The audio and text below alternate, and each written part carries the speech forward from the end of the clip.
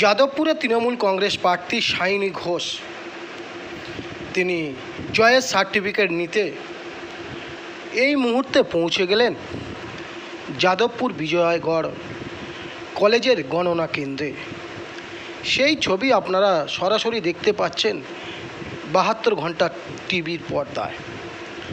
অসংখ্য কর্মী সমর্থকরা তার সঙ্গে ছিলেন, সঙ্গে আছেন মন্ত্রী অরূপ বিশ্বাস ও বারুইপুর পূর্বের বিধায়ক বিভাস সর্দার সহ আরও অনেকে। সেই ছবি আপনারা সরাসরি দেখতে পাচ্ছেন 72 ঘন্টার টিভির পর্দায়।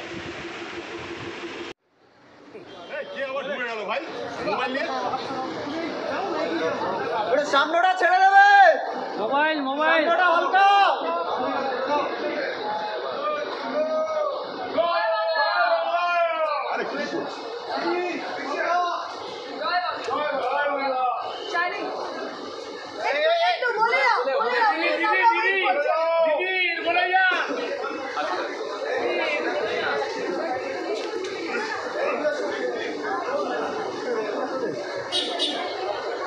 Exclusive bike.